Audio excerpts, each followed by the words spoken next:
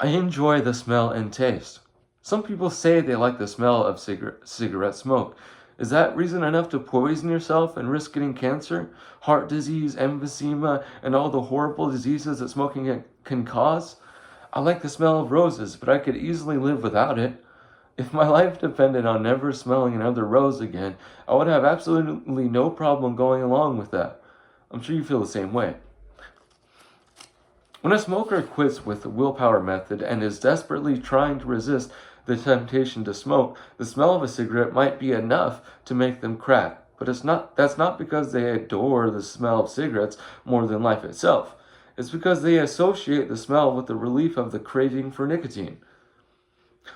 Most smokers can't stand the smell of other people's smoke. They only tolerate the smell of their own because it's a signal that they're getting their fix. Don't become obsessed with the idea that you like the smell of smoke. It probably sounds weird, but I like the smell of gasoline, but I don't hang around gas stations or carry a small bottle of petroleum on me to sniff every now and then. It doesn't matter if you like the smell. All that matters is that you get rid of the belief that you smoke because you like the smell. It's not why you smoke. You smoke in spite of the smell rather than because of it. Vaping is no different. Although you might believe that you love the smell of your butterscotch, bubblegum, cotton candy, or gummy bear vape juice, I can assure you that no one is following you around attempting to inhale it themselves. The smell in this case isn't form of a relatively benign source, such as a candy store, who doesn't love the smell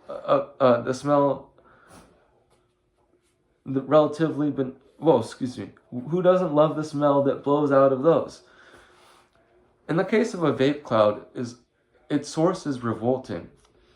One of the therapists at our London center came up with an excellent analogy. He asserted that it's more likely that someone would eat a camel dung sandwich if it smelt like bananas or strawberries and cream. But essentially, it doesn't change the fact that it's a camel dung sandwich.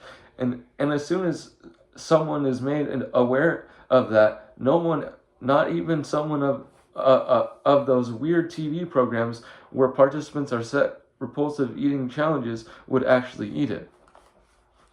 Nicotine is a poison. When you smoke, you take toxic fumes into your mouth, nose, and lungs. The first time you ever inhale smoke it makes you choke and gag, at least a little. The poison is that foul.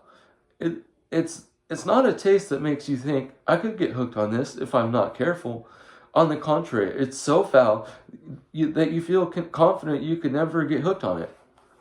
You smoke the second and third cigarettes because you want to be able to smoke without choking and gagging. You've been brainwashed into thinking it's cool, stylish, grown up, so you persevere.